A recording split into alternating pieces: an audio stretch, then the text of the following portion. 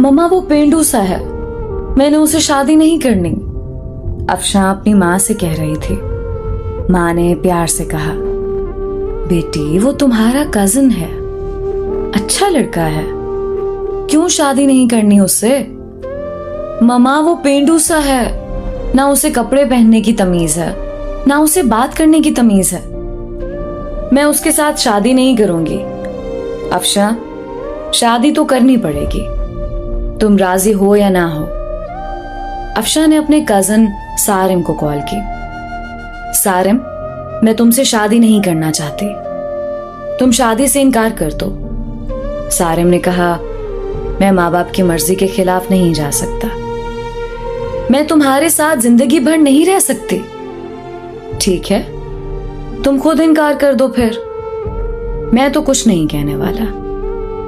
अफशां ने जब देखा उसकी शादी सारिम से कर रहे हैं, उसने खुदकशी करने के लिए घर में पड़ी काफी सारी दवाइयां खा ली, अस्पताल ले गए, डॉक्टर्स ने मैदा वॉश किया, जान बच गई। अफशां ने अपनी मां के सामने हाथ जोड़े।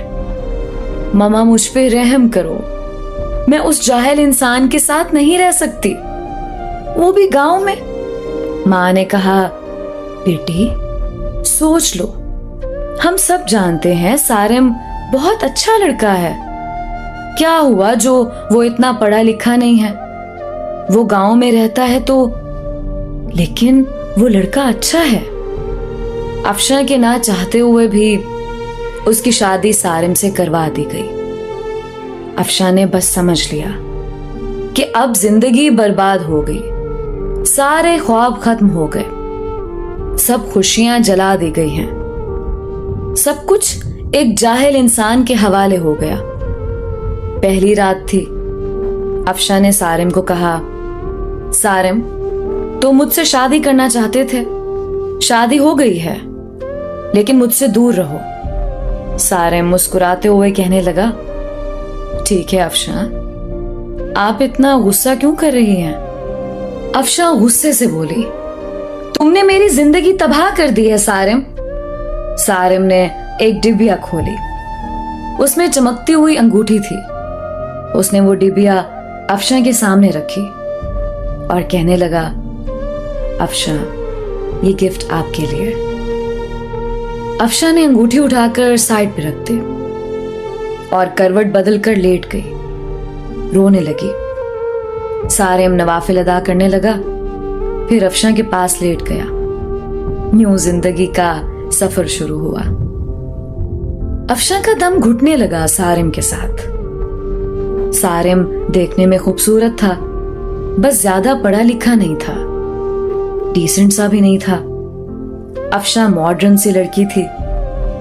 सारिम सुबह उठते ही अफशां का माथा चूमता, फिर खुद नाश्ता बनाता। अफशां को गुस्सा आता, ये बंदा मुझे इंप्रेस करने के चक्करों में है। अफशां जब सारिम के हाथ का बना खाना खाती, बहुत हैरान होती, इतना मजे का खाना। सारिम रात को थका हारा आता, अफशां बस खामोश सी अपनी दुनिया में गुम सी रहती। उसको कोई परवाह नहीं थी सारिम की। सारिम भी अफशां को कुछ ना कहता था। घर आकर खाना बनाता, अफशां को खाना देता। अफशां पत्थर दिल थी शायद, ना घर की सफाई करती, ना वो सारिम के कपड़े धोती। सारिम अपने काम खुद करता। साल गुजर गया। सारिम अफशां की हर बेरुखी चूम कर बर्दाश्त करता। अफशां को यूं लगता था एक बदूसा इंसान पल्ले पड़ गया है। सारिम चूंकि एक मर्द था, वो औरत पे हाथ उठाना मर्द की शान के खिलाफ समझता था, फिर उस पे हाथ उठाना जो हमसफर हो। सारिम ने एक दिन कहा, अफशां तुम अपना ख्याल क्यों नहीं रखती पागल? देखो रंग कितना धीमा पड़ गया है तुम्हारा, तुम्हारे बाल देखो कितने रूखे से हो गए। सारिम अफशां के पास बैठ गया। 1 साल के बाद सारिम ने यूं अफशां को छुआ था।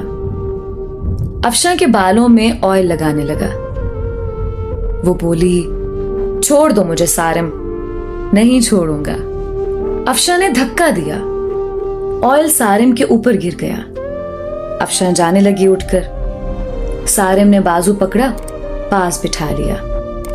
मुस्कुराते हुए कहने लगा, अफशा, मैं यूं ऐसे आपको नहीं देख सकता।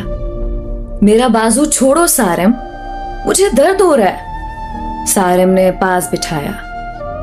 अफशा के सर में ऑयल लगाना शुरू किया। सर में ऑयल लगाया, फिर चेहरे पे स्क्रब करने लगा। अफशा खामोश बैठी। सारिम ने मुस्कुराते हुए कहा, चुड़ैल जाओ, अब शावर लेकर आओ और पिंक ड्रेस पहनो। मैं तुम्हारी फेवरेट बिरयानी तैयार करता हूं। अफशा हैरान थी, इतनी बेरुखी पे भी इतना प्यार करता है सारिम। अफशा शावर लेकर आई।